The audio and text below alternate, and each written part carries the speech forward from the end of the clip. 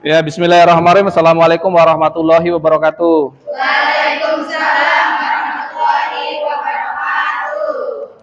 Ya, baik, ketemu lagi dengan Pak Wahyu. Sebelum belajar di hari ini, kita ada sebuah kegiatan dulu ya. Kegiatannya namanya kita akan bersama-sama ya membuat keyakinan kelas.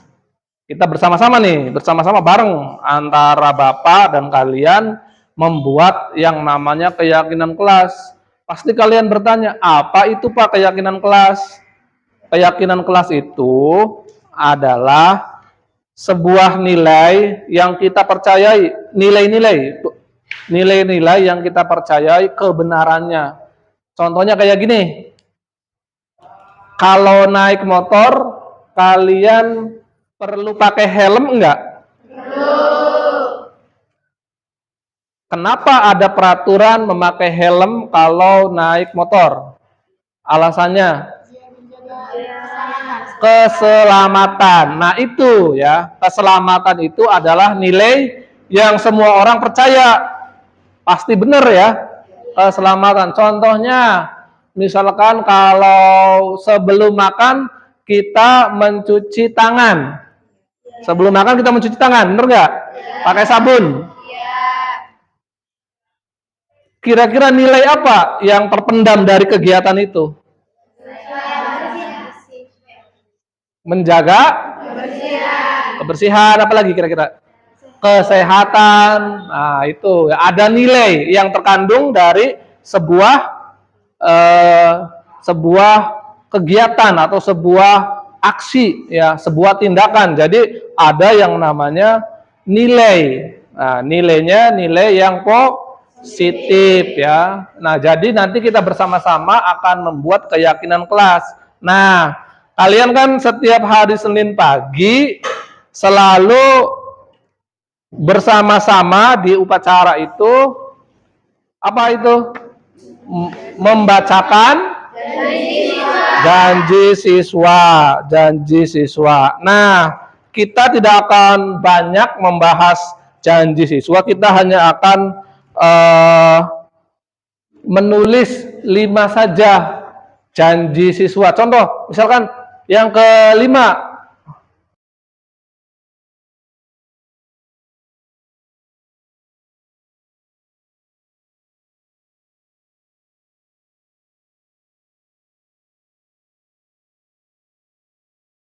Nurhalisa ya? Siapa? Nurhalisa. Nurhalisa. Yang kelima itu apa bunyinya tuh? Ingat nggak?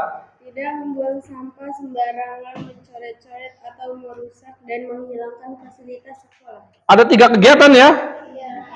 Tidak membuang sampah sembarangan. Terus apa? Mencoret-coret. Terus?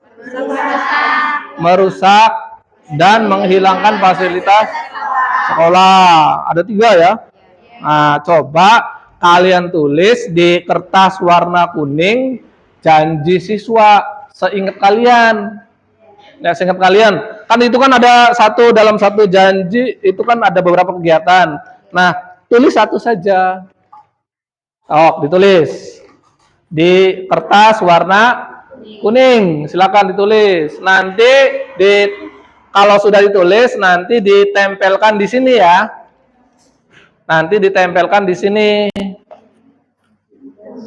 Ya, satu saja. Kan misalkan tadi tuh kata Nurhalisa tidak membuang sampah sembarangan, mencoret-coret, menghilangkan fasilitas merusak atau menghilangkan fasilitas sekolah, itu kan ada 3. Nah, pilih satu saja, jangan banyak-banyak. Ya. Kalau sudah ditulis nanti ditempel di depan.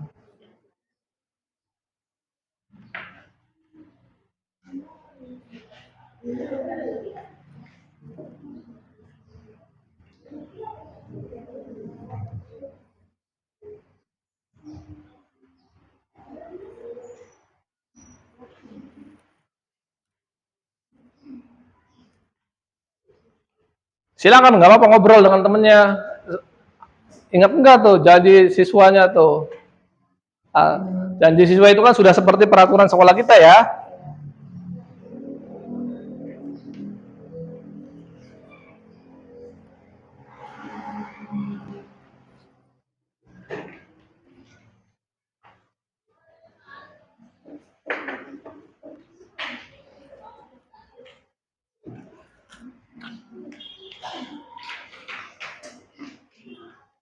Sari, nulis apa Sari? Akan menjaga nama baik diri sendiri, orang tua dan sekolah. Silakan ditaruh di sini Sari.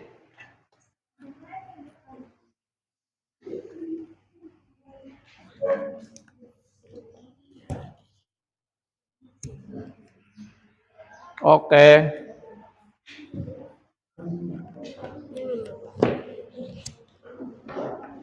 Silakan ayo.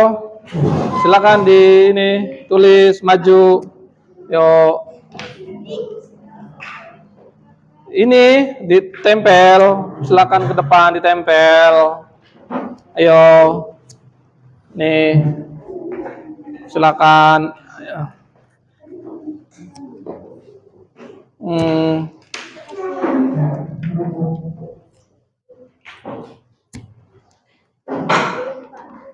Belum, boleh nih.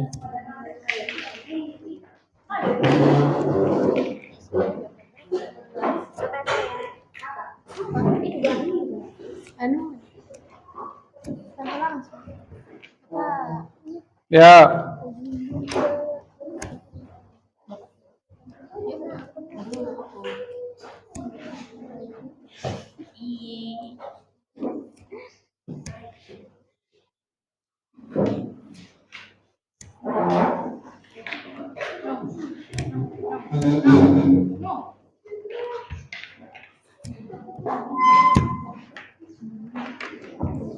Sekali ya, dalam hal ini peraturan sekolah atau janji siswa yang sudah kalian tulis di sini. Oke, bagus ya, sudah banyak sekali. Bapak bacakan salah satunya. Akan menjaga nama baik diri sendiri, orang tua dan sekolah, serta patuh dan taat pada guru dan orang tua. Kira-kira nilai kebajikan apa ini? Nilai apa? Tadi kan kalau naik motor pakai helm itu kan keselamatan ya. Kira-kira apa nih? Akan menjaga nama baik diri sendiri, orang lain dan sekolah, serta patuh dan taat kepada guru dan orang tua. Saling menghormati. Oke. Terus tidak berkata kotor dan bertingkah laku tidak sopan serta membullying. Ini berarti kita diminta berakhlak mulia. Berakhlak mulia ya. Tidak merokok. Apa itu? Kesehatan. Ini udah banyak nih. Nah, coba kalian tulis tadi tuh ya, kan sudah ini kan kalian masih ingat nggak yang kalian tulis tuh? Nah, kira-kira nilai keyakinan apa yang kalian harapkan dari contoh tadi itu? Contoh misalkan tadi Sari ya, akan menjaga nama baik dari diri sendiri, orang tua dan sekolah, serta patuh dan taat kepada guru dan orang tua. Itu nilainya tadi tuh kata Sari, nilainya adalah saling. Nah, kalian kan sudah tulis tadi itu. Kira-kira nilai apa yang diharapkan dari tadi tuh tidak merokok tuh nilai apa sih? Note yang warna biru ya nanti ditaruh di sini. Nanti Bapak akan coba merangkum, tidak banyak ya, keyakinan kelas. Kita akan coba merangkum keyakinan kelas kita.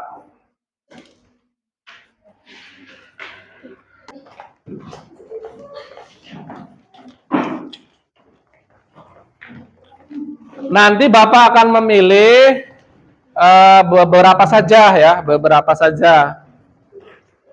Pastinya biasanya ada yang sama ya.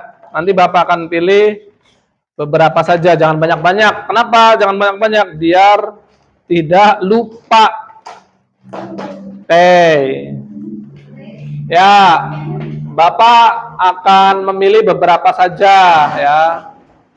Oke, di sini ada disiplin, oke. Saling menghormati, oke. 5 saja ya, jangan banyak-banyak ya. Disiplin, saling menghormati. Disiplin itu berarti tadi itu ya, kalian nulis datang dan pulang tepat waktu berarti disiplin, oke. Saling menghormati, oke. Sopan santun, oke. Menjaga kebersihan,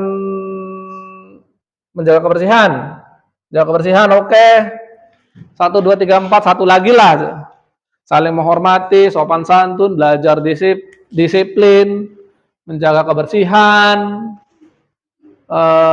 Apa tuh kira-kira? Oke. Ya cukuplah 4 saja lah. Jangan banyak-banyak. Jangan banyak-banyak. Nah, kita sepakat enggak nih? Keyakinan kelas kita ini adalah saling menghormati, disiplin, menjaga kebersihan, dan sopan santun. Sopan santun itu ya kayak tadi nih, tidak berkata kotor, bertingkah laku tidak sopan, itu sopan santun. Terus tadi ada yang nulis di sini akan selalu datang dan pulang waktu, sekolah tepat waktu, berarti dia disiplin. Oke. Terus tadi saling menghormati, ya saling menghormati berarti apa itu? Tidak berkata kotor, bertingkah laku, tidak membullying ya. Tidak membullying, berarti dia saling menghormati. Oke, berarti kita sepakat bahwasannya ada 4 nilai ya, ada 4 nilai keyakinan kelas kita. Oke, coba bantu sok ini keyakinan, coba ditulis ini. Keyakinan kelas.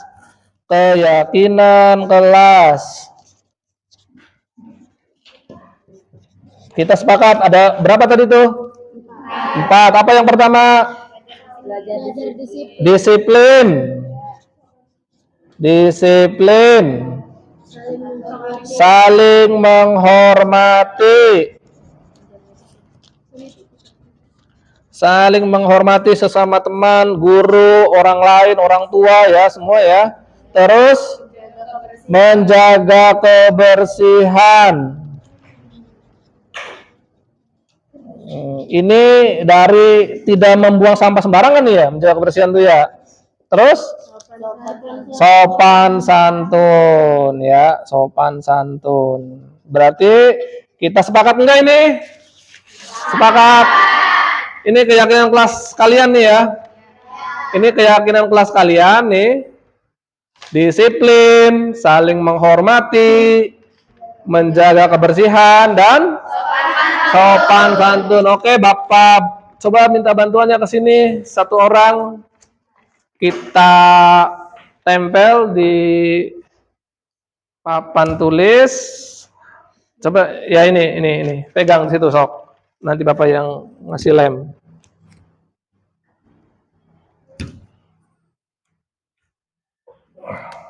Oke, nanti kalian ke depan tulis namanya, tanda tangan ya.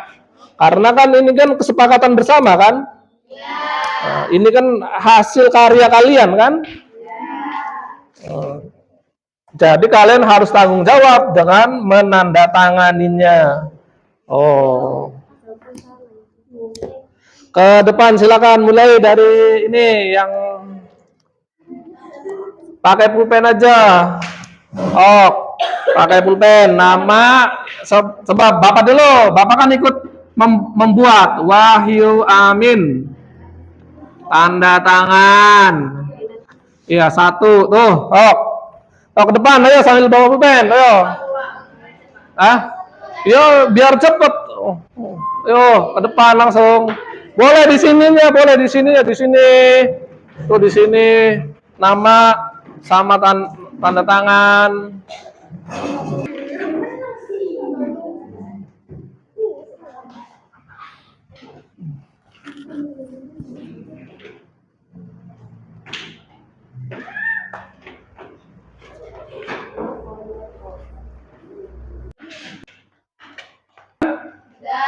Oke, bagus. Baik ya. Ini adalah keyakinan kelas kita ya. Keyakinan kelas kita yang pertama disiplin, saling menghormati, menjaga kebersihan, dan sopan santun. Misalkan mengumpulkan tugas, berarti itu kalian apa tuh? Disiplin, boleh. Bagus ya, kita sudah sepakat keyakinan kelas kita adalah ini, kalian harus bisa menjalankan keyakinan kelas ini ya, baik di dalam kelas maupun di luar kelas. Kita punya disiplin, kita saling menghormati, kita bisa menjaga kebersihan, dan kita juga menjaga sopan santun. Oke, bagus ya. Oke, setelah selesai membuat keyakinan kelas, kita akan lanjutkan belajar. Terima kasih sudah membuat keyakinan kelas dengan Bapak.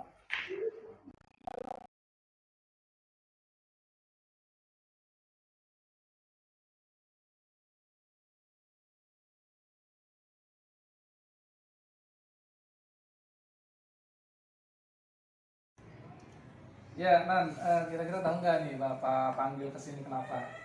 Nggak tahu Pak. Nggak tahu. Gini, Bapak nih dapat laporan dari KM kamu. Katanya kamu nggak ikut tiket. Bapak paham. Semua orang itu punya salah ya.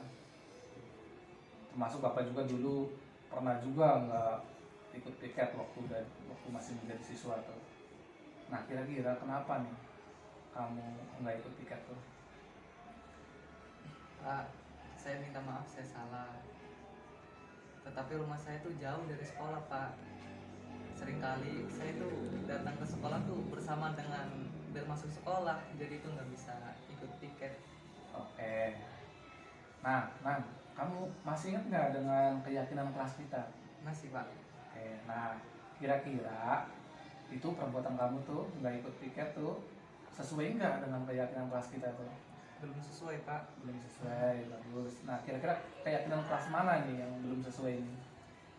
Tentang bergotong royong dan tanggung jawab. Nah, paham ya kayak gitu tuh ya.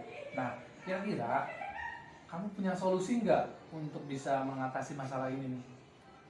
Punya Pak. Saya akan minta maaf ke kelompok piket saya, dan saya akan mengusulkan tiketnya setelah pulang sekolah aja, biar tidak tiket pagi-pagi karena saya nggak bisa Pak. Oke, bagus. Berarti nanti solusinya kamu minta maaf ke teman-teman piket kamu, terus ngusulin ya piketnya habis pulang sekolah saja gitu. Oh, itu solusi bagus tuh. Bagus nih, kamu udah punya solusi nih, bagus nih. Nah, ya udah gitu aja Nan ya. Iya Pak. Makasih. Tapi ingat tuh harus ikut gotong royong tiket di kelas ya. Ya, makasih. Ya, sok balik lagi ke kelas.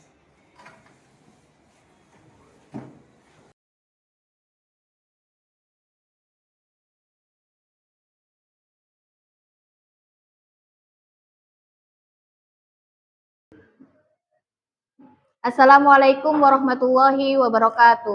Waalaikumsalam warahmatullahi wabarakatuh. Innal hamdalillah nahmaduhu wa nasta'in wa nastaghfiruh wa na'udzu billahi min syururi anfusina wa min sayyiati a'malina may yahdihillahu fala mudhillalah wa may yudlilhu fala hadiyalah. Asyhadu an la ilaha illallah wa asyhadu anna Muhammadan abduhu wa rasuluh la nabiyya ba'dah. Yang saya hormati narasumber CGP Angkatan 49 Bapak Wahyu Amin SPD MPD.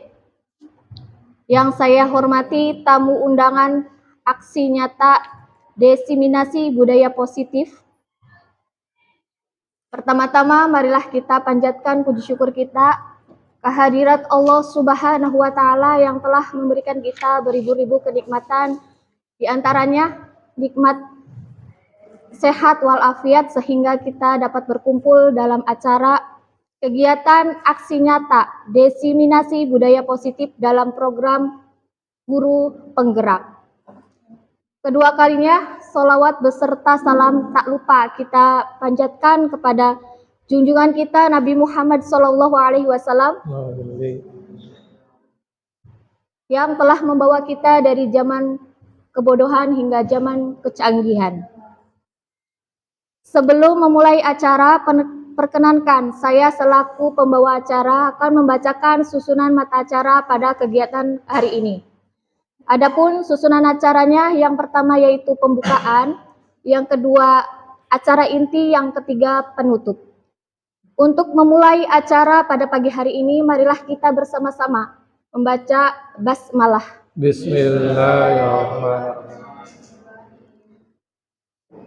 Untuk acara selanjutnya yaitu acara inti yang akan dibawakan oleh Bapak Wahyu Amin SPDMA selaku peserta CGP Angkatan 49. Kepada beliau dipersilahkan. Ya, terima kasih Ibu Aap. Baik, izin berdiri Bapak Ibu ya. Baik, ya Bismillahirrahmanirrahim. Assalamualaikum warahmatullahi wabarakatuh. Ya. Baik, sebelum memulai kegiatan ini, saya ingin mengecek fokus dari teman-teman dulu. Ya, ketika saya bilang hai, tolong jawab hello ya. Ketika saya bilang hello, tolong jawab hai. Siap. Oke. Hai. Hello. Hai. Ketika saya bilang hai hai. Hello. Ketika saya bilang hello hello, hai hai ya. Hai. Hai hai. Hello hello. Hai. Hai hello. Hai. Oke, terima kasih. Ya. Oke, itu sedikit intermezzo saja. Baik teman-teman, di sini saya berdiri di sini dalam rangka desiminasi. Desiminasi itu kalau bahasa Indonesianya adalah pengimbasan. Pengimbasan apa yang sudah saya pelajari selama mengikuti program guru penggerak, ya. Dari modul 11 sampai modul 1.4. Nah, ini saya di sini bukan bermaksud untuk menggurui atau apa. Saya hanya sharing apa yang sudah saya pelajari kepada teman-teman perihal kegiatan kita hari ini, yaitu tentang budaya positif, ya. Jadi intinya kita belajar bersama tentang budaya positif sesuai dengan apa yang sudah saya dapatkan di program guru penggerak. Tapi disclaimer ya, disclaimer. Barangkali ada suatu hal yang berbeda dengan apa yang teman-teman yakini, ya tidak masalah ya. Karena namanya juga kita belajar bersama, sharing terhadap apa yang sudah kita pelajari di kegiatan ini. Nah, baik teman-teman. Jadi materinya itu ada 6 ya. Ini yang pertama disiplin positif, kemudian teori motivasi hukuman dan penghargaan, restitusi, keyakinan kelas, kebutuhan dasar manusia dan dunia berkualitas, kemudian restitusi, 5 posisi kontrol, dan restitusi segitiga restitusi. Nah, jadi ini materinya ya yang akan coba saya paparkan di sini, ada 6. Nah, tentu yang pertama, materi pertama adalah kita akan membahas tentang disiplin positif dan nilai-nilai kebajikan universal. Ini saya punya pertanyaan nih teman-teman ya. Tolong jawab setuju atau tidak setuju supaya ini nomor 1 saya berikan ke Pak Dasta, nomor 2 ke Pak Ipul, nomor 3 ke Bu Eti. Ya. Pak Dasta, kira-kira nomor 1 setuju enggak? Untuk nomor 1 ya, hukuman dapat mendisiplinkan anak. Setuju tidak? Setuju. Oke, terima kasih. Emang enggak? Kalau Pak Ipul nomor 2? memberi hukuman sekolah dapat meningkatkan disiplin. Setuju. Pemberian hukuman dengan hal positif seperti membaca atau membersihkan halaman dapat meningkatkan disiplin anak. Setuju? Setuju. Oke, Ibu Eti? Kira-kira yang ketiga? Memberi penghargaan dapat meningkatkan motivasi belajar anak. Tidak setuju, Pak? Tidak setuju. Oke, terima kasih. Ya. Ya. Pegang aja Bu. Pegang aja. Sudah ada di Oh, sini. udah ada. Oke. Nah, sebelum nanti setelah ini nanti teman-teman akan bisa menjawab sendiri nomor 1, nomor 2, nomor 3 tadi itu ya. Nah, gini. Ini ada berapa ya? 1, 2, 3, 4, 5, 6, 7, 8, 9, 10, 11, 12, 13, 14. Oke, gini. Coba dengan teman sebelahnya, ya. Ini sebagai A dan sebelahnya sebagai B ya. Oke. Pak Rofik dengan Pak Dasta, Pak Saiful dengan Bu Eti, Pak Dwi dengan Pak Putri, Bu Eri, Bu Antin, Bu Ratna sama Bu Rina, terus Pak Rojak dan Ibu In. Jadi gini, yang sebelah kanan A, yang sebelah kiri B. Yang A ini coba bayangkan bahwa ada sesuatu yang berharga di sini, ya. Emas kah? Atau apa ya? Nah, lalu oleh orang sebelah silahkan. Apakah mau dibujuk? Apakah mau diancam? Apakah mau dirayu? Apakah mau diapakan? Silakan. Kira-kira genggaman tangannya dibuka. Oke. Dirayu boleh, diancam boleh. Ya. Oke. Oke, silakan. Bu Eti. Ya, silakan dimulai. Ya. Bayangkan di sini ada emas berapa kilo. Pak, saya dari Pak Saifulnya. Mau tak ambil. Ya, silakan ayo. Coba 3 menit. Atau gini, biar supaya tidak ramai, misalkan Pak Putri. Maju Ya, Pak ke Putri. depan Pak Putri. Silakan. Tolong ke depan. Ya, makasih. Ini Pak Putri, mic-nya. Pak Put, coba bayangkan di dalam tangan Pak Putri ada sesuatu yang berharga ya. Iya. Ada sesuatu yang berharga. Saya akan mencoba membuka genggaman tangan. Oke. Pak Putri, saya kasih 10 juta kalau mau buka genggaman tangan. Ah, masa?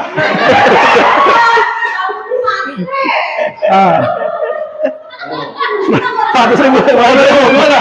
Ayo. Mau nggak dibuka? Nanti dulu. Mau nggak dibuka? Saya pikir 2 kali dulu. Tambah lagi. Oke. Aduh. 150. Ayo.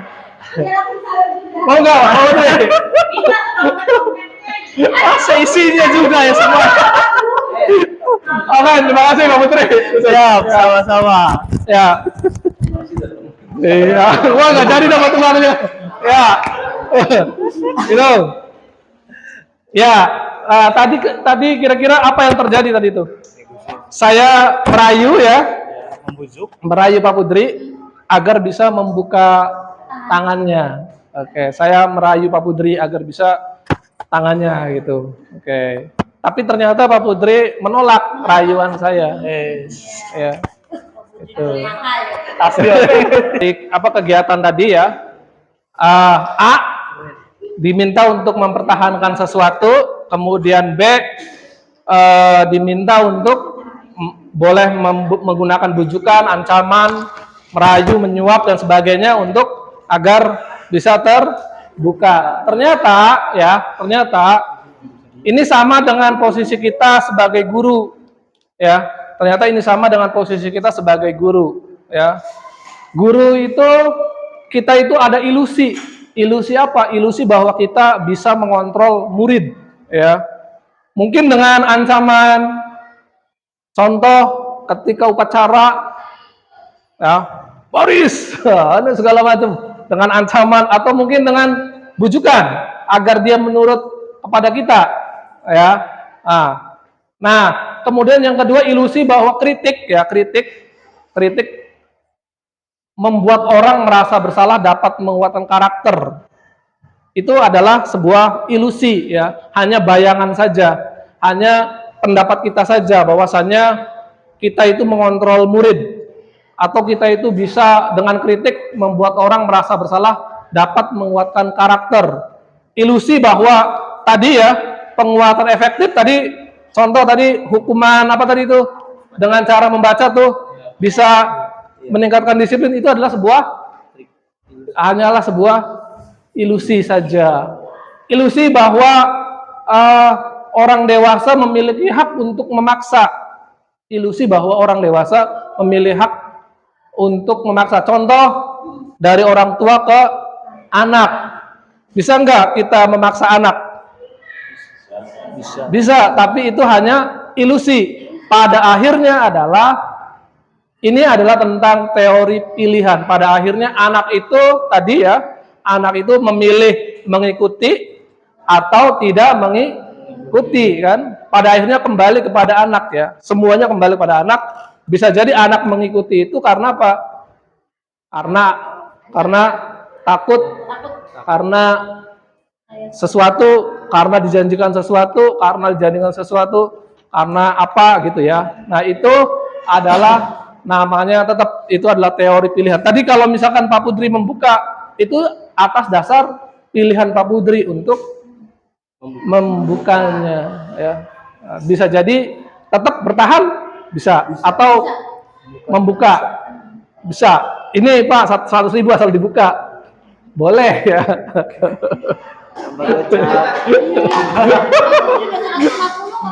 Oke. Nah, ini kita mencoba mengubah orang agar berpandangan sama dengan kita. Misalkan Bapak Ibu memandang anak itu seperti yang kita pikir, misalkan anak berbuat salah ya. Saya tuh nggak seperti kamu dulu. Itu tidak bisa dilakukan ya. Nggak ya. Karena mereka punya view masing-masing, mereka punya pandangan diri masing-masing ya. Perilaku buruk dilihat sebagai suatu kesalahan. Nah, tetapi kalau dalam teori kontrol atau pilihan, semua perilaku memiliki tujuan.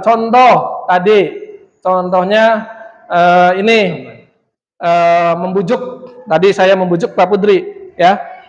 Saya memiliki tujuannya apa? Agar bisa terbuka, ya. Genggaman tangannya bisa terbuka. Perilaku semua orang itu memiliki tujuan.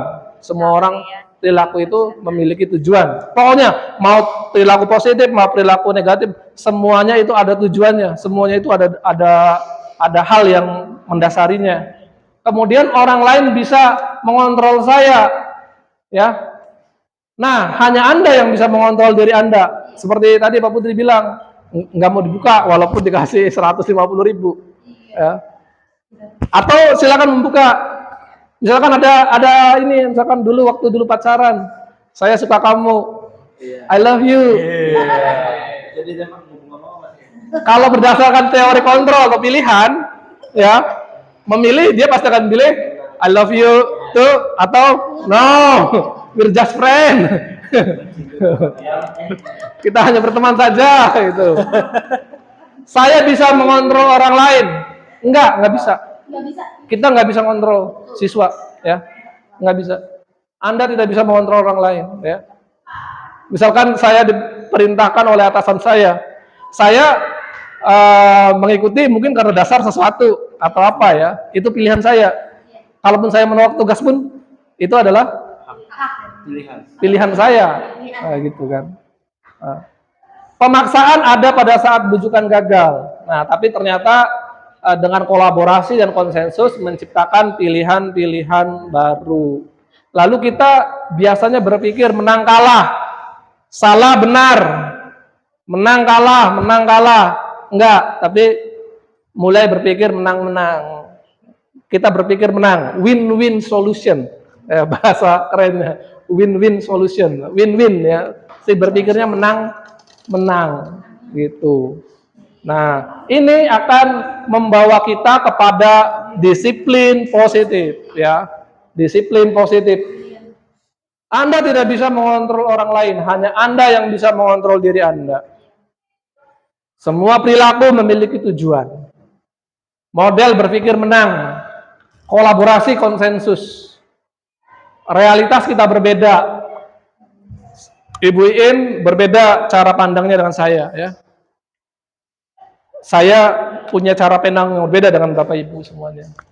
Kita berusaha memahami pandangan orang lain tentang dunia. Kita tidak memaksakan pandangan kita diterima oleh orang lain atau oleh siswa dari guru ke murid atau kita tidak memaksakan, tapi kita berusaha memahami. Setiap orang memiliki gambaran berbeda. Nah, dari mengontrol orang lain, tidak bisa mengontrol orang lain, ini di sini ya. Lalu ini erat kaitannya dengan teori motivasi yang nanti akan saya coba jelaskan gitu ya. Nah, ini disiplin. Ternyata disiplin itu berasal dari bahasa Latin, artinya belajar. Belajar ya ternyata. Oh, disiplin biasanya kita mikir disiplin itu erat kaitannya dengan peraturan. Ternyata di sini asal katanya adalah tentang belajar. Ya, jadi makna asal dari kata ini berkonotasi dengan disiplin diri dari murid-murid Sokrates dan Plato, filsuf Yunani. Disiplin diri membuat orang menggali potensinya menuju sebuah tujuan, apa yang dia hargai. Namun dalam budaya kita, makna kata disiplin telah berubah menjadi sesuatu yang dilakukan seseorang pada orang lain untuk mendapatkan kepatuhan. Kecenderungan umum adalah menghubungkan kata disiplin dengan ketidaknyamanan. Bener nggak? Disiplin itu erat hubungannya dengan ketidaknyamanan. Contoh, kita masuk kerja jam 7 pagi. Nyaman? Nyaman tidak? Bagus. Oke, alhamdulillah kalau bener nyaman mah ya. Alhamdulillah. Masuk kelas tepat waktu. Nyaman? Alhamdulillah. Ya. Jadi kedisiplinan itu erat kaitannya dengan katanya ketidaknyamanan ya. Tapi bukan dengan apa yang kita hargai atau pencapaian suatu tujuan mulia. Nah, kemudian ini Parofik tadi disiplin ya. Kemudian nilai-nilai kebajikan universal. Jadi nilai-nilai kebajikan universal itu tidak berhubungan dengan suatu agama ya. Kita semua percaya bahwa ini adalah nilai kebajikan. Contoh gini, Pak Ropik naik motor pakai helm enggak? Ibu In naik motor pakai helm enggak? Larang. Oke. Pak Ropik dari peraturan naik motor pakai helm itu yang diharapkan apa, Pak Ropik? Keselamatan. Itu nilai kebajikan. Nilai kebajikan universalnya ya. Keselamatan ya. Iya, kan semua agama ini kan satu dalam hal ini bahwa ini adalah nilai keselamatan ini benar kan ya. Lalu misalkan ini Ibu Eri sebelum makan mencuci tangan? Sebelum makan, Ibu mencuci tangan terlebih dahulu tidak? Cuci ya, oke ya, cuci tangan ya, pakai sabun atau apa ya. Kira-kira ada harapannya tindakan itu apa dari tindakan itu? Dari mencuci tangan. Iya, sebelum makan cuci tangan dulu. Iya, bakterinya hilang. Kesehatan kan ya? Untuk kesehatan kan? Iya. Nah, itu. Jadi semua tindakan tadi kan ada nilai kebajikan, ada nilai kebajikan universal. Semua agama setuju terhadap nilai ini kan? Jadi ini tidak ada hubungannya ini mah. Tidak ada hubungannya dengan nilai agama ya. Semua agama ada ini, kayak gini. Jadi setiap perilaku atau perbuatan memiliki suatu tujuan. Tadi tuh naik motor pakai helm, sebelum makan cuci tangan, ya itu adalah perbuatan yang memiliki tujuan. Nah, nilai kebajikan diyakini seseorang, maka motivasi intrinsiknya akan terbangun. Contoh, kenapa tadi ya, diulang lagi tadi tuh mencuci tangan. Kenapa secara otomatis sebelum kita makan kita cuci tangan dulu lah. Minimal cuci tangan, kalaupun nggak pakai sabun cuci tangan. Kenapa itu? Karena dalam pikiran kita ingin agar badan kita sehat kan. Itu kan. Ada tujuan mulia yang diinginkan. Naik motor pakai helm. Ada tujuan mulia yang diinginkan, yaitu keselamatan gitu. Ya. Lalu kalau dihubungkan dengan profil pelajar Pancasila, maka nilai-nilainya adalah beriman, bertakwa, kepatuhan yang Maha Esa, mandiri, bernalar kritis, berkebinekaan global, bergotong royong, dan kreatif. Nah, kita ke materi kedua, ya, yaitu tentang teori motivasi, hukuman penghargaan, dan restitusi. Tadi tuh, ya tadi. Oke, tadi teori motivasi perilaku manusia. Ini Coba lihat teman-teman, di sini ada 3 ya. Untuk menghindari ketidaknyamanan atau hukuman. Untuk mendapatkan imbalan dari orang lain. Atau mendapatkan penghargaan. Atau yang ketiga, untuk menghargai diri sendiri. Yang nomor 1, nomor 2 ini motivasi apa ini? Eksternal ya. Nah kalau yang ini untuk menghargai diri sendiri. Motivasi internal. Coba kita ada sebuah permasalahan ya. Nah, renungan. Nih. Sebagai seorang guru, saat Anda hadir mengajar di kelas tepat waktu, kata kuncinya tepat waktu. Motivasi apakah yang mendasari tindakan Anda? Apakah karena supaya tidak ingin mendapat hukuman? Ataukah ingin mendapatkan penghargaan dari orang lain? Ataukah ingin itu adalah sesuai dengan nilai-nilai diri Anda sendiri? Atau merupakan gabungan dari nomor 1, nomor 2, nomor 3? Tadi kan ini, sebelumnya ini ya. Apakah karena ingin menghindari supaya tidak dihukum? Apakah ingin mendapatkan penghargaan? Apakah ingin menghargai diri sendiri? Nah, 3. Kalau Anda ditanyakan pertanyaan seperti ini, jawabannya nomor 1 boleh, nomor 2 boleh, nomor 3 boleh ya. Karena ini kan istilahnya motivasi kita mengajar di kelas tepat waktu. Kita baru sampai tahap 1, 2, 3. Gabungan 1 dan 3. Saya secara pribadi baru 1 dan mencoba yang ketiga. Yang pertama supaya tidak dihukum. Yang ketiga adalah menghargai nilai-nilai diri sendiri gitu ya. Itu salah satunya, tepat waktu gitu. Masuk ke kelas tepat waktu. Baru kalau 2 saya enggak lah, supaya tidaklah. Motivasinya Bapak Ibu udah nyampe kemana motivasinya? 1, 2, 3. Imbalan. Iya. Kalau nggak datang nggak bayar. Iya. Jadi ada kita bagi ada 2 ya. Ada motivasi eksternal, ada motivasi internal. Internal itu berarti menghargai nilai kita, nilai diri kita. Yang kedua supaya tidak dihukum dan supaya mendapatkan penghargaan. Kita yang mana ini? Eksternal. Baru eksternal. Atau gabungan? Oke. Ini ada lagi pertanyaan. Bila di sekolah Anda tidak ada peraturan yang mengharuskan guru datang tepat waktu, tidak ada surat teguran apa segala macam, apakah Anda akan tetap datang tepat waktu mengajar murid-murid Anda? Kira-kira?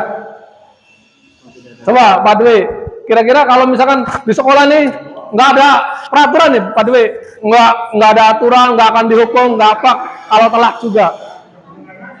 Kalau untuk jawaban saya ini kan penggabungan Pak. Penggabungan. Apakah Anda akan tetap datang tepat waktu?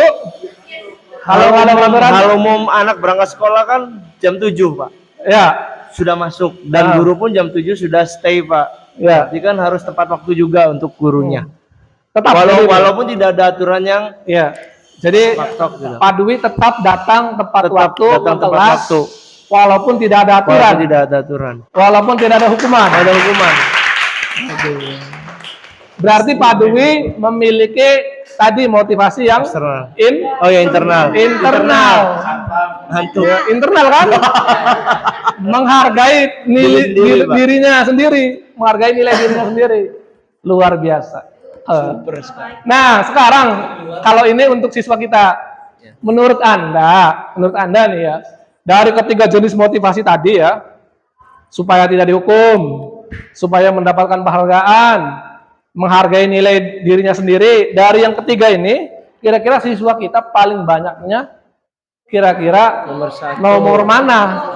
1. Coba Ibu Ratna bisa dijelaskan kenapa nomor 1? Ya. Kalau melihat dari siswa kita ya pasti banyak kan nomor 1 Pak. Nomor 1. Karena apa? Anak-anak sekarang itu kalau tidak ada hukuman atau tidak ada peraturan itu mereka akan seenaknya aja. Jadi tidak, kadang-kadang jarang menemukan anak-anak yang sesuai dengan keinginannya, berangkat jam sekian, pulang jam sekian, seperti itu sepertinya sudah sangat sedikit Pak, jarang bahkan. Oke, nggak apa-apa. Seperti itu. Ya. Nggak apa-apa. Yang penting kita kan tahu bahwasannya ada 3 motivasi tadi ya, mendasari kita sebagai guru dan juga siswa kan. Jadi itu keadaan kita. Nah, ini ternyata menurut Ki Hajar Dewantara, merdeka itu artinya tidak hanya terlepas dari perintah. Ini ya, Mas nih. Tetapi juga cakap buat memerintah diri sendiri. Ini kata-kata pentingnya. Bisa memerintah diri sendiri atau motivasi internal. Kalau kita dikatakan sebagai orang yang merdeka itu adalah kita motivasi internal yang dikedepankan dibandingkan motivasi eksternalnya. Jadi bukan karena hukuman, bukan karena ingin mendapatkan penghargaan, tetapi karena kita menghargai nilai-nilai yang ada dalam diri kita. Kita orangnya tepat waktu, kita orangnya bisa memegang janji, kita orangnya bisa saling tolong-menolong, saling menghargai dan sebagainya. Nah, itu nilai-nilai yang kita percayai. Berarti kita bisa memerintah diri sendiri gitu. Nah, ini kita akan membedakan apa penghargaan, apa itu. Ternyata penghargaan itu adalah sesuatu yang tidak bagus menurut teorinya. Karena ternyata penghargaan itu hanya sifatnya jangka pendek dan mungkin jangka panjang ya. Kemudian penghargaan itu ternyata menghukum. Ya. Contoh, saya biasa ranking 1 dari SD dan SMP. Ketika SMA saya rankingnya 6. Saya biasa mendapatkan penghargaan. Ya, penghargaan maksudnya dari teman apa, wow, pintar apa, tapi ketika itu saya merasa bodoh. Ya, ternyata ranking tadi itu ranking ya. Ranking 1 itu ternyata itu ketika suatu saat di waktu yang akan datang itu menghukum saya. Iya. Begitu menghukum saya. Penghargaan mengurangi ketepatan. Penghargaan itu tidak efektif. Contoh, misalkan ya, contoh, kelas paling bersih akan mendapatkan uang 500.000. Itu adalah penghargaan. Ya, tapi itu tidak efektif. Selesai dikasih 500.000, apakah kelas itu akan tetap bersih? Tidak. Hanya saat itu, Pak. Hanya pada saat memindah aja. Ya kan? Itu kan. Maka ketika kita ditanya sertifikasi penghargaan dari pemerintah, setelah dapat sertifikasi, Alhamdulillah. gimana ngajar kita? Semoga masih tetap baik ya. Ternyata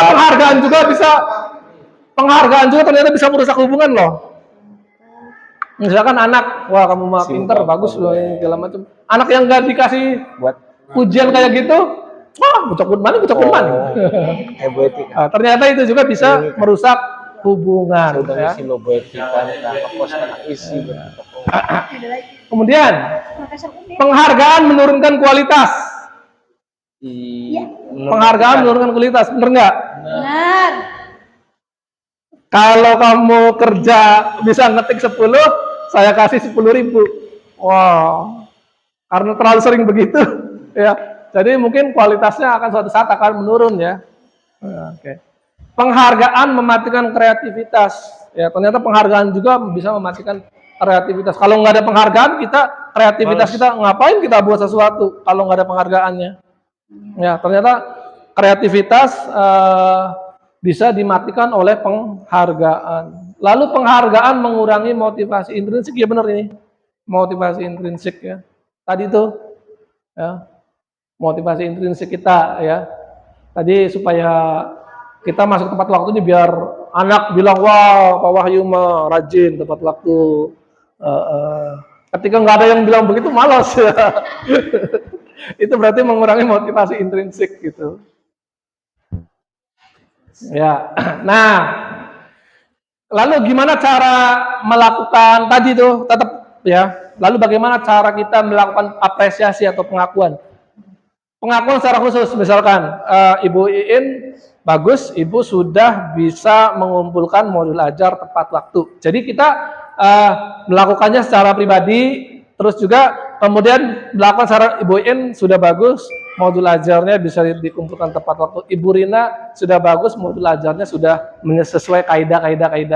Jadi semua orang dikasih penghargaan gitu ya. Semua orang dikasih penghargaan gitu. Dalam satu kelas gitu murid itu ya.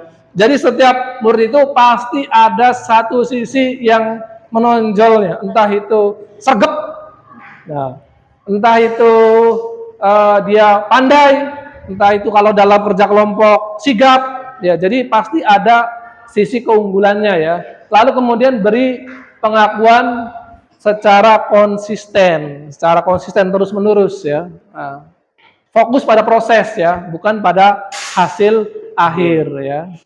Gitu, fokus pada proses. Selanjutnya, nah ini kira-kira Ibu Rina mencatat 100 kali di dalam buku kalimat, saya tidak akan terlambat lagi, saya tidak akan terlambat lagi, saya tidak akan bolos, saya tidak akan bolos, saya tidak akan bolos, saya tidak akan bolos, saya tidak akan terlambat, saya tidak akan bolos. Itu termasuk hukuman atau konsekuensi? Hukuman. Ibu Ratna, kalau yang ini lari mengelilingi lapangan basket 2 kali karena terlambat hadir di sekolah. Hukuman apa konsekuensi? Konsekuensi, oke. Ibu Antin, murid push up 15 kali karena tidak menggunakan masker ke sekolah. Hukuman apa konsekuensi? Konsekuensi, oke. Ibu Eri, menggantikan kertas tugas teman yang telah dicoret-coret. Menggantikan konsekuensi, oke. Pak Putri, membersihkan tumpahan air. Hukuman. Karena tersenggol pada saat belajar, hukuman, oke. Pak Dwi, murid disuruh tidak mengenakan sepatu seharian karena tidak mengenakan sepatu hitam. Hukuman apa konsekuensi? Hukuman, oke. Lari mengelilingi lapangan basket 2 kali karena terlambat 10 menit untuk pelajaran PJOK. Kira-kira apa Bu Ab? Hukuman. Oke. Konsekuensi. Oke, kita coba ya. Kita lihat. Boom. Oh. Oke. Kalau sebab ada akibat itu konsekuensi. Kalau kata saya. Nah, yang terakhir itu emang konsekuensi kan? Kira-kira teman-teman bisa membedakan antara hukuman sama konsekuensi?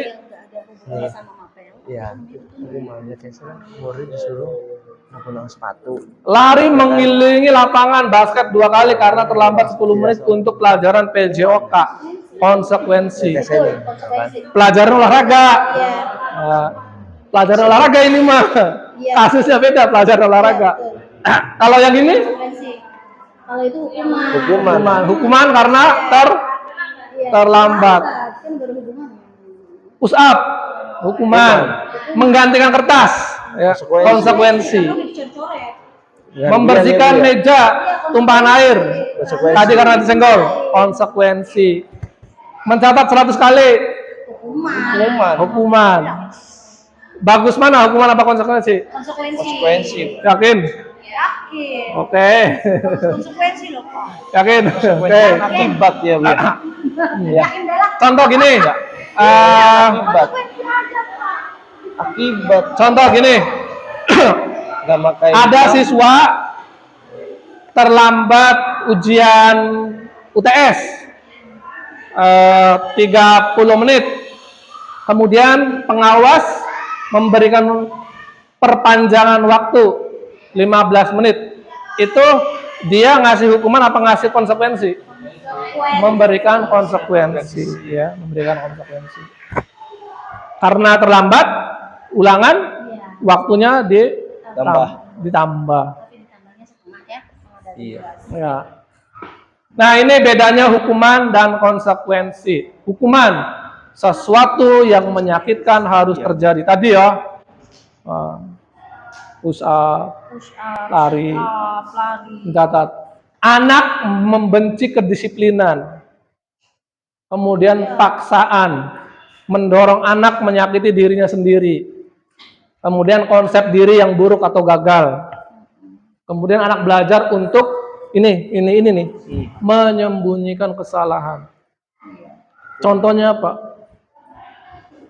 Anak terlambat upacara. Udah rapi nih. Termasuk kita juga sama ya, mungkin. Langsung lari-lari situ. Supaya tidak ketahuan salah, langsung baris ya, supaya tidak ketahuan salah atau menyembunyikan kesalahan. Atau misalkan ini merokok di WC. Kenapa mereka merokok di WC? Karena kalau ketahuan dihukum. Dihukum. Lalu kalau konsekuensi sesuatu harus terjadi, membuat anak merasa tidak nyaman dalam jangka waktu pendek. Anak menghargai disiplin, mendorong anak agar mudah menyesuaikan diri, konsep diri yang baik. Anak belajar untuk mematuhi peraturan. Kehilangan hak, dibuat tidak nyaman, diasingkan untuk sementara. Ya. Jadi konsekuensi seperti itu. Kita lebih banyak di area sini apa di area sana? Area sini. Area sini. Ya. Kita lebih banyak di area sini. Oke. Semoga setelah ini kita mengurangi baik hukuman dan konsekuensi ya. Nanti ada caranya ya. Lalu ini caranya supaya tadi tuh perihal hukuman dan konsekuensi, yaitu dengan restitusi. Yaitu sebuah proses menciptakan kondisi bagi murid untuk memperbaiki kesalahan mereka ya. Sehingga mereka bisa kembali pada kelompok. Restitusi, penggantian. Ya, restitusi pengganti, restitusi pengganti. Dengan karakter yang lebih kuat. Ya, jadi kita restitusi, kita balikan ke dalam kelompok ya. Lalu terjadi proses kolaboratif yang mengajarkan murid untuk mencari solusi atas masalah mereka ya. Selama ini Bapak Ibu kalau misalkan anak tidak berangkat sekolah, biasanya ibu akan memvonis malas ya. Rata-rata ya, malas ya apa segala macam ya. Ya. Kan belum tentu alasannya apa.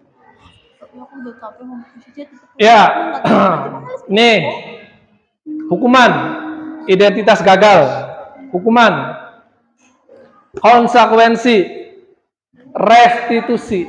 Ya. Kita diharapkan berada di sini. Kalau nggak bisa mundur satu saja konsekuensi, jangan mundurnya ke hukuman ya.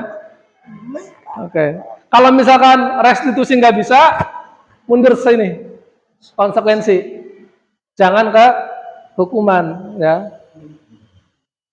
Sistem tidak akan berjalan bila murid tidak takut ya. Misalkan hukuman, murid tidak takut. Cuma kalau misalkan saya harus dikeluarkan dari sekolah, ya udah nggak apa-apa. Berarti murid tidak takut. Jadi sistem hukuman tidak berjalan. Itu. Peraturannya adalah ini, kamu harus mematuhinya. Itu hukuman. Konsekuensi, kita murid dibuat tidak nyaman, ya. Murid dibuat tidak nyaman sementara, ya.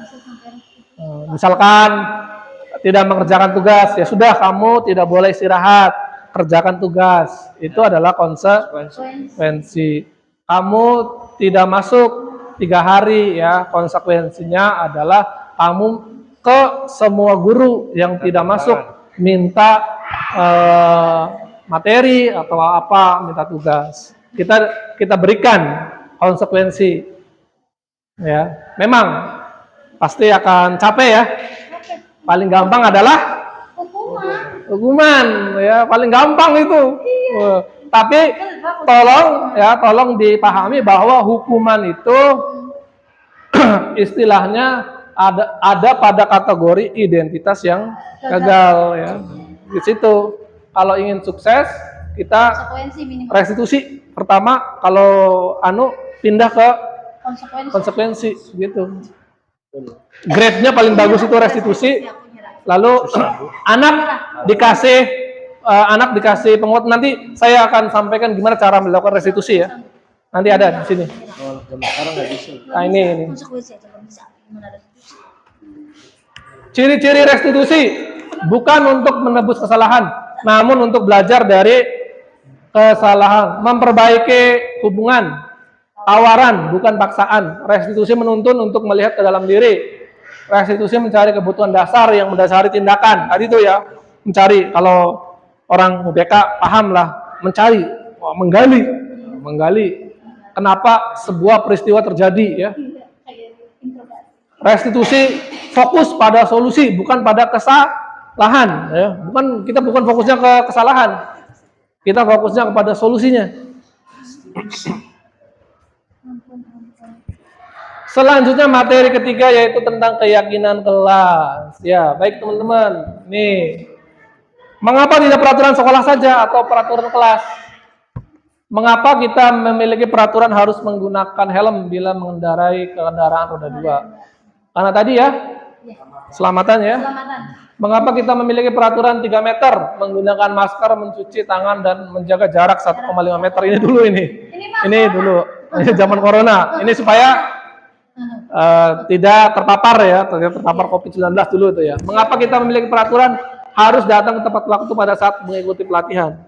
Supaya tidak tertinggal, ya, supaya kita termasuk orang yang bertanggung jawab. Ya. Nah, itu adalah untuk mendukung motivasi intrinsik, kembali kepada nilai-nilai keyakinan yang menggerakkan seseorang dibandingkan mengikuti serangkaian peraturan-peraturan. Ini saya ini yang ini kalau ke Bangkir, rumah saya itu ya sekitar 200 meter dari Bangkir, ini masih belum pakai helm nih ya. Pakai helm ya Pak ya?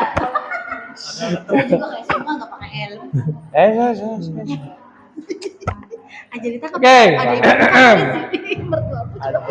Datang tepat waktu mengucapkan salam. Apakah ini keyakinan atau peraturan kelas atau kesepakatan kelas? Sepakatan. Menjaga kebersihan sekolah. Sepakatan. Peraturan. Berdoa sebelum dan sesudah kegiatan. Peraturan atau oke. Aktif dalam pembelajaran. Apa itu? Kesepakatan. Kesepakatan kelas atau kesepakatan belajar. Nah, kami dan guru-guru dan murid akan saling menyayangi. Ini baru keyakinan kelas, saling menyayangi. Kami murid yang semangat. Terus satu lagi, peduli ya. Jadi dalam membuat ini selalu kembalikan buku ke tempatnya. Keyakinan kelasnya apa kira-kira teman-teman? Ini coba dibaca dulu ya. Dilarang mengganggu orang lain, hadir di sekolah 15 menit. Dilarang melakukan kekerasan, dilarang menggunakan narkoba. Bergantian atau menunggu giliran, gunakan masker. Ini ya. Tanggung jawab. Lalu menghormati orang lain, berkomitmen. Keselamatan, menghormati orang lain. Kesehatan, menghormati orang lain. Kesehatan, keselamatan, keamanan. Jadi keyakinan kelas itu adalah biasanya erat hubungannya dengan nilai-nilai kebajikan universal ya.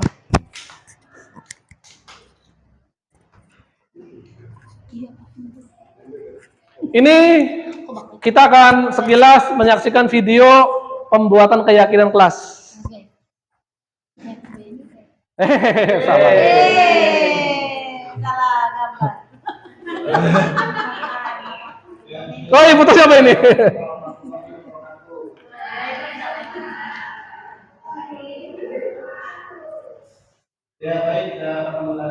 Ini saya singkat-singkat saja ya.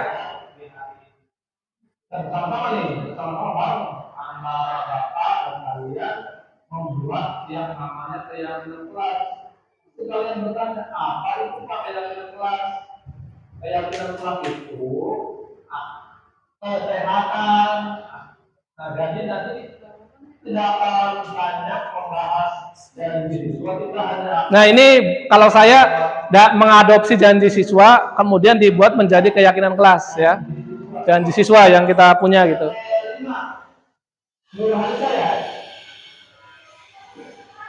Nah, ini mereka sedang membuat ini apa istilah keyakinan ini apa aturan-aturan di sekolah, peraturan-peraturan di sekolah atau peraturan-peraturan di kelas ya.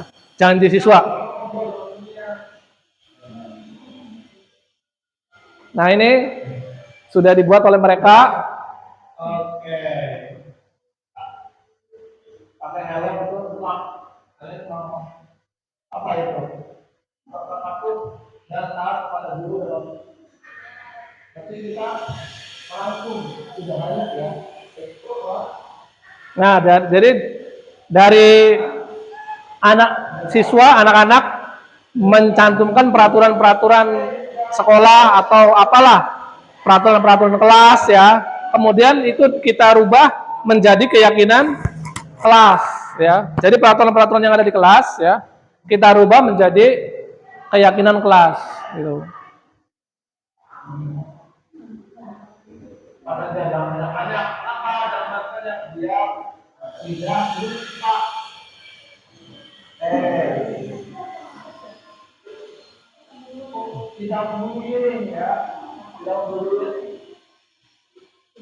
Tidak membullying, salah satu dari janji siswa kan pada saya. Ya. Nah, setelah itu saya menyimpulkan ini nilai-nilai mereka yang ambil tuh ya, hanya 4 saja dalam hal ini saya tuh. Disiplin, saling menghormati, menjaga kebersihan dan berarti nilai yang disepakati, keyakinan yang disepakati adalah tadi terus disiplin, kebersihan. Oh ya, sopan santun. Oke.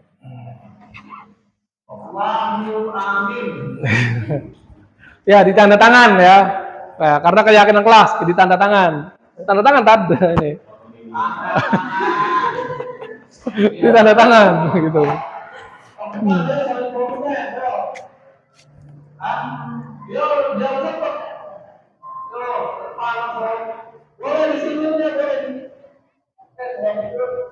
Iya. Dari peraturan sekolah ke keyakinan kelas, kemudian diambillah nilainya, ya hanya beberapa saja, supaya tidak terlalu banyak, supaya ingat.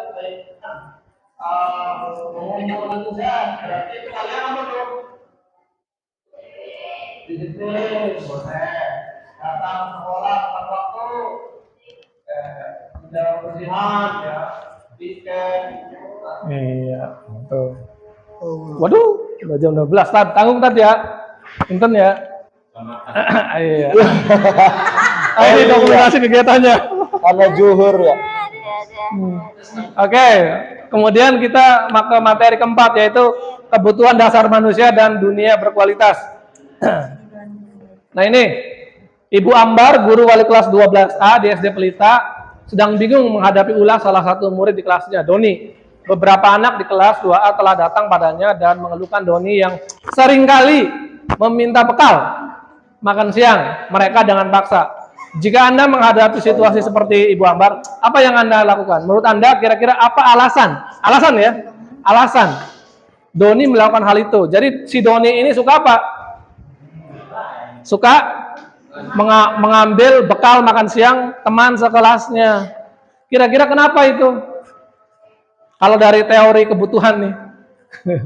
Nih, seluruh tindakan manusia memiliki tujuan tertentu. Tapi dirangkum menjadi 5. Yang pertama survival. Bertahan hidup, pengen makan. Makan. Ke WC ya. Ke WC itu ya, itu adalah tentang bertahan minum, bertahan hidup ya. Lalu yang kedua, rasa kasih sayang dan rasa diterima. Ya.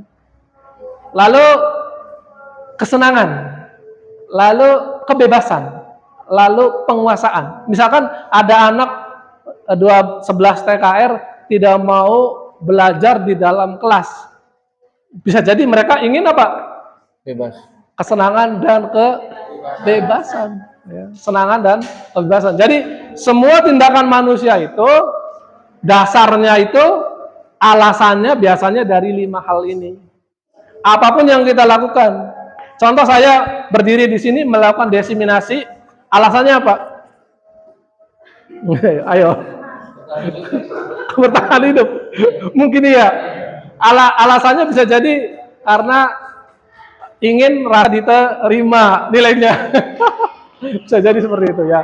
Jadi ketika seorang murid melakukan suatu perbuatan yang bertentangan dengan nilai-nilai kebajikan atau melanggar peraturan, itu sebenarnya karena mereka itu gagal memenuhi kebutuhan dasar mereka. Ya. Jadi ini nih kebutuhannya, ada rasa kasih sayang diterima, penguasaan. Contoh, misalkan saya ikut guru penggerak karena ingin sebagai salah satu syarat menjadi kepala sekolah. Itu berarti keinginan apa itu? Kekuasaan. Ingin mendapatkan apakah itu salah? Tidak. Karena itu adalah 5 dasar kebutuhan manusia. Ibu, kenapa alasan menjadi ASN P3K? Alasannya kenapa? Bebas secara finansial, mungkin ya. Mungkin bisa terbantu secara finansial kan? Ini. Status, berarti kan kekuasaan kan? Iya. Oke. Bertahan hidup, Bu. Bisa jadi itu adalah alasannya ya. Jadi alasannya mungkin tidak satu, mungkin beberapa kan? Seperti itu ya. Jadi semua tindakan manusia itu dasarnya ini nih ya. Dasarnya ini. Dasarnya itu. Nah, ini. Apakah Kak? Nah, ini kalau kita ingin apa kalau kita ingin mencoba apa istilahnya mengetahui ya 5 dasar, salah satunya seperti ini ya.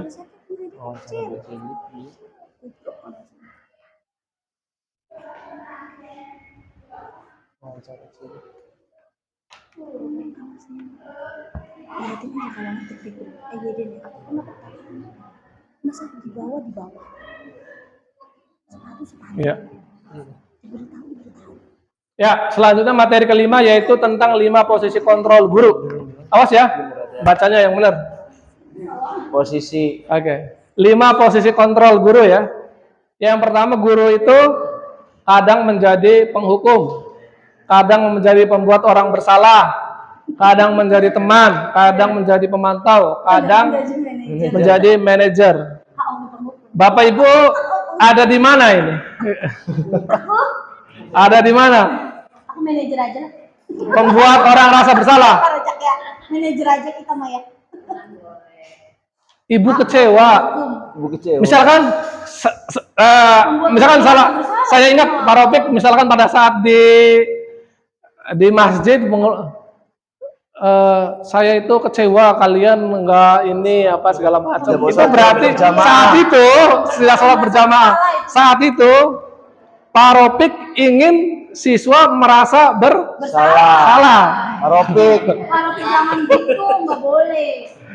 Pembuat rasa bersalah. Ya. Saat itu. Awas, ini kita tidak stagnan di sini ya. Kadang kita penghukum, kadang orang bersalah, kadang kita teman, kadang kita pemantau. Jadi kadang-kadang posisinya itu bersaling berubah-ubah ya. Tidak di sini terus ya. Biasanya yang pembuat rasa orang bersalah ini biasanya ibu-ibu nih ya. Buin.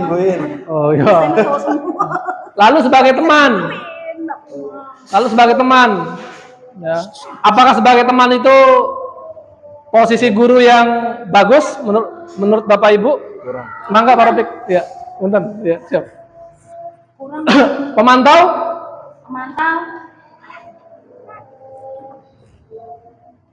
Pemantau itu menghitung dan mengukur. Jadi kalau misalkan ada peraturan, kamu melanggar, ya ini konsekuensinya. Kamu di SP1, di SP2, di SP3 dikeluarkan. Itu adalah mereka yang pemantau. Lalu manajer mengajukan, nah ini. Jadi kalau kita menghukum, hasilnya kita akan membuat siswa menjadi memberontak, menyalahkan orang lain, dan berbohong. Misalkan seperti kasusnya itu siapa tuh ya,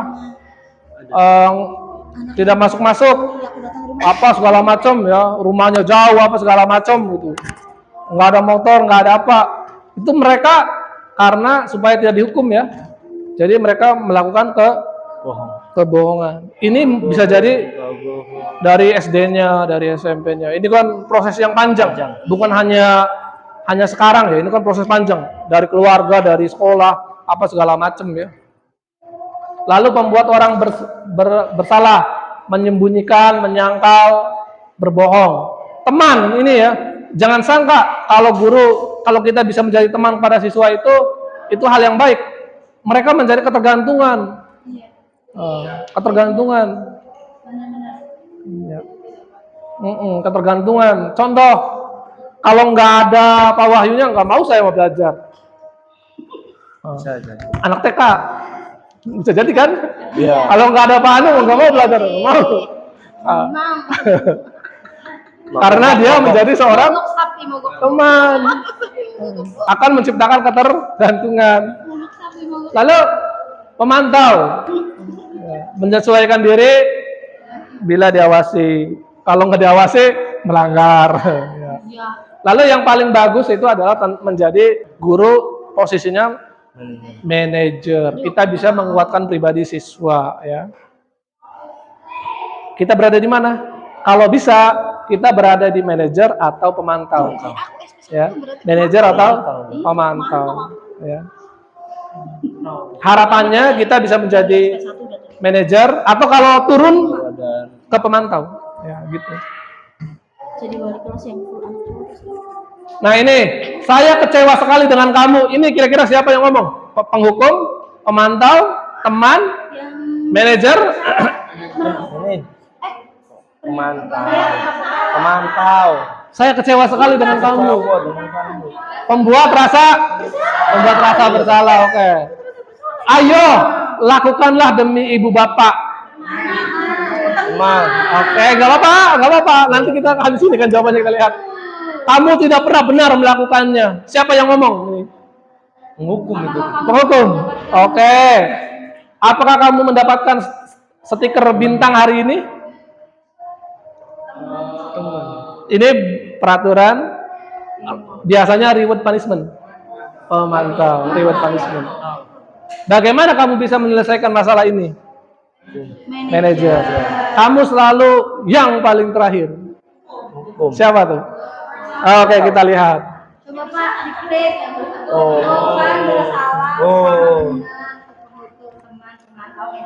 Ayolah lakukan demi bapak atau ibu. Teman. Iya. Oke, jadi bagaimana kamu bisa menyelesaikan? Jadi apa itu? Kita minta solusi dari siswa. Lalu yang keenam, segitiga restitusi yang terakhir. Nah, ini metode untuk menyusun kembali model disiplin sekolah. Jadi ini kata Dian Gross menyatakan restitusi berfokus pada solusi ya, atau pemecahan masalah ya. Jadi tadi tuh hukuman kalau ada siswa melanggar peraturan ya, atau nilai-nilai kebajikan, hukuman, konsekuensi, dan restitusi. Nah, ini yang paling bagus itu adalah melakukan restitusi. 3 langkah dalam melakukan restitusi. Ciptakan suasana positif. Ajak murid untuk berpikir dan menganalisa kesalahannya. Lalu yang terakhir, beri ruang pada murid untuk memikirkan solusi terbaik. Ya. Ini segitiga restitusi. Jadi pertama kita stabilkan identitas, kemudian kita validasi kesalahannya, kemudian kita menanyakan keyakinannya. Pertama kita menstabilkan identitas. Langkahnya jadi ada 3 ya. Menstabilkan identitas, segitiga restitusi itu menstabilkan identitas, validasi kesalahan, dan yang terakhir ini menanyakan keyakinan. Ini saya langsung ke contoh saja ya. Contoh. Adnan.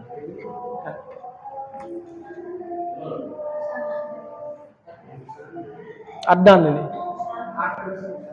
Busana itu.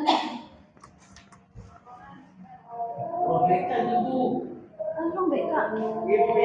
Masa itu orang beka kan ubah dolar.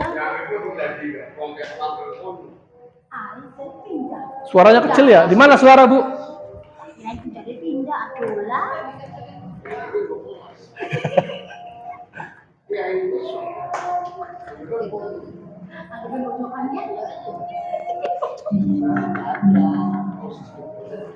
Jadi beka malam lagi aja.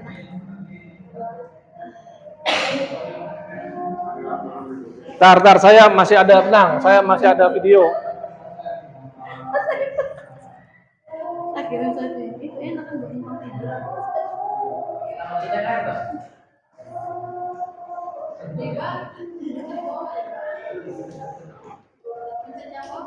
Ya. Apa?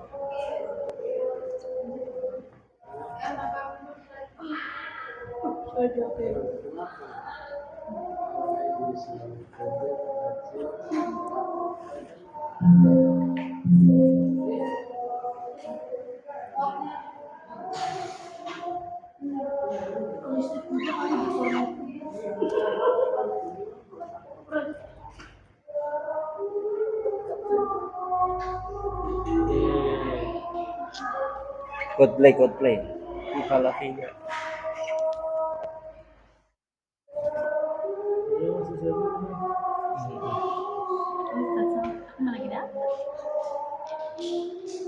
Lagi PMS. Hari pertama ini perutnya juga nyeri-nyeri. Oh, bukan yang ini berarti. Ya. Tar di sini sajalah.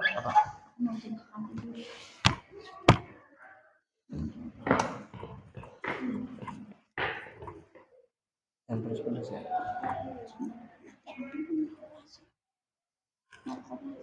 Mau kak? Dikasih. Pengertian gue.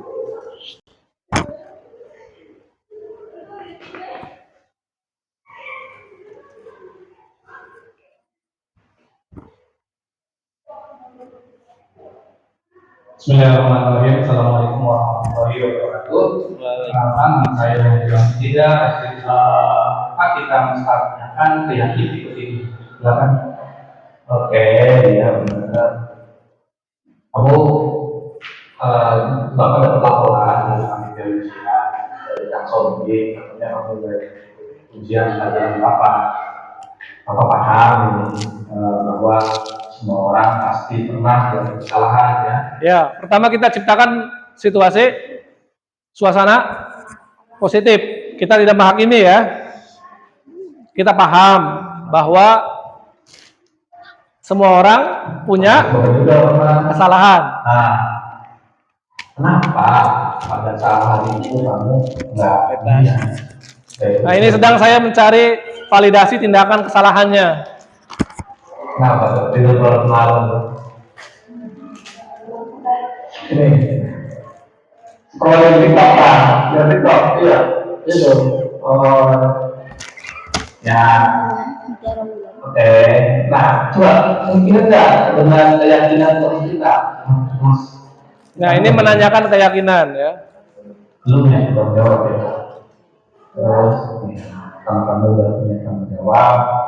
Nah, lalu kemudian siswa akan menyampaikan solusinya. Nah, solusinya apa? Dia ingin mengikuti ujian susulan.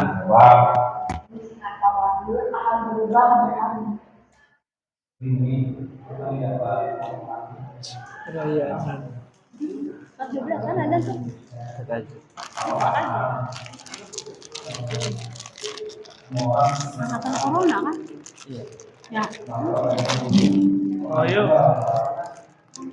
Sayang suaranya kecil ini saat ini. Nunggu Ustadz Patur. Ustadz Patur. Ya.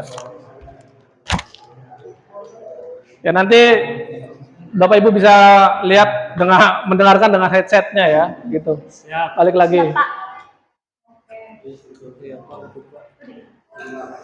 Ya, itu. Kita sudah pada terakhir sekarang. Nah ini refleksi sebelum kita tutup kegiatan ini. Kira-kira perasaan Bapak Ibu saat ini gimana? Tadi tuh tentang budaya positif. Kita tidak menjadi seorang guru yang penghukum atau apa? Pembuat rasa bersalah. Membuat rasa bersalah? Teman-teman. Teman. Oke. Ternyata penghargaan itu sesuatu yang Ya baik. Hah? Jangka Ternyata panjang. penghargaan itu ternyata bisa menghukum, ya. Oke. Terus semua tindakan, semua perbuatan didasari oleh kebutuhan, oleh teori 5 kebutuhan dasar. Apa saja itu? Masih ingat nggak?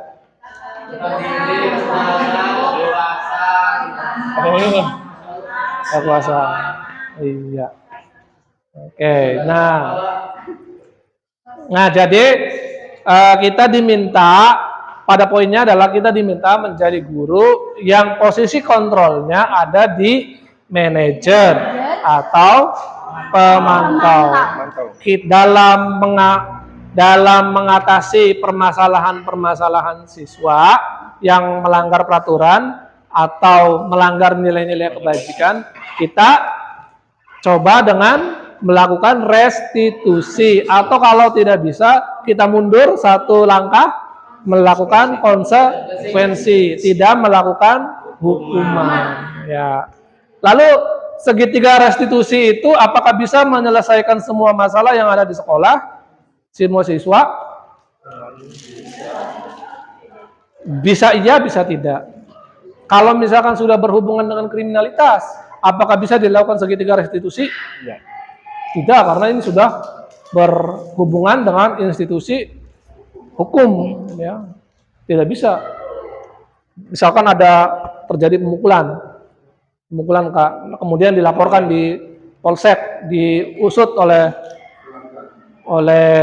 polsek dan sebagainya. Mungkin yang mengambil segitiga restitusinya, yang mengambil mediasinya adalah pihak polsek, ya. Kita tidak bisa masuk ke sana, ya, karena sudah masuk ranah hukum, ya. Tapi poinnya adalah yang saya harapkan dari teman-teman nih, target Bapak Ibu guru setelah ini gimana? Apakah akan mencoba menerapkan konsekuensi dan restitusi kalau ada anak yang melanggar?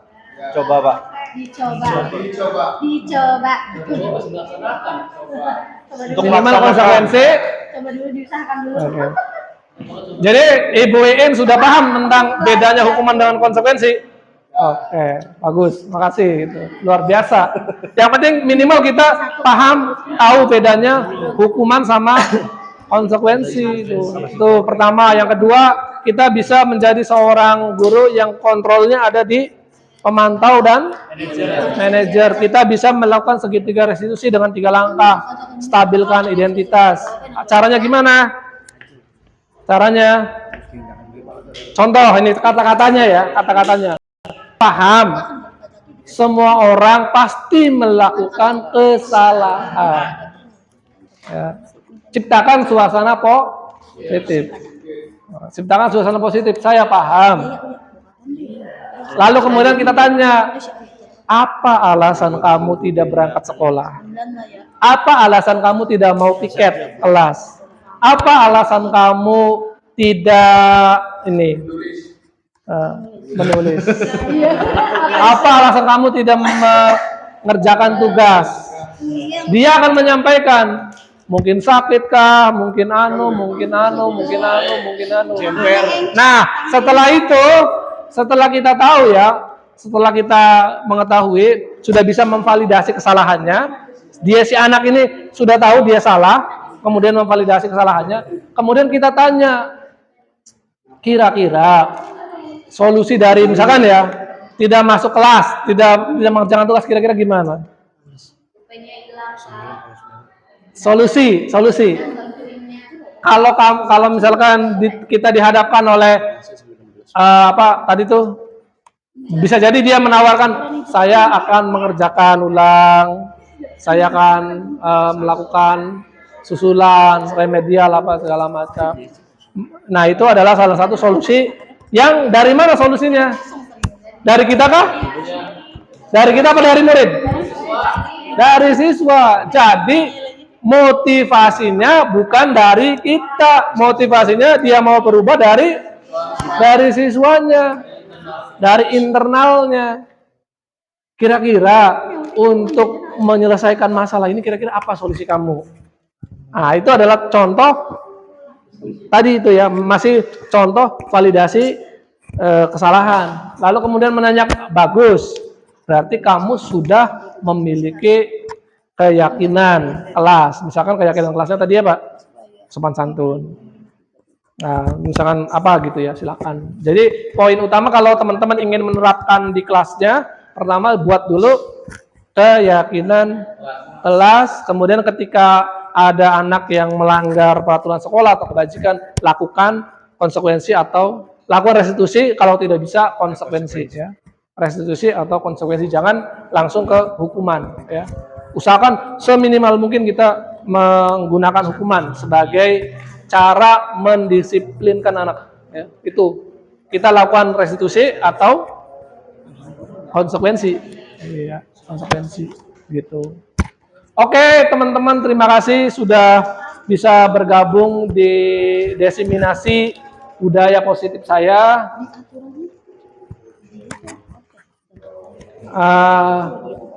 Nanti setelah ini kita foto bersama ya. Baik ya.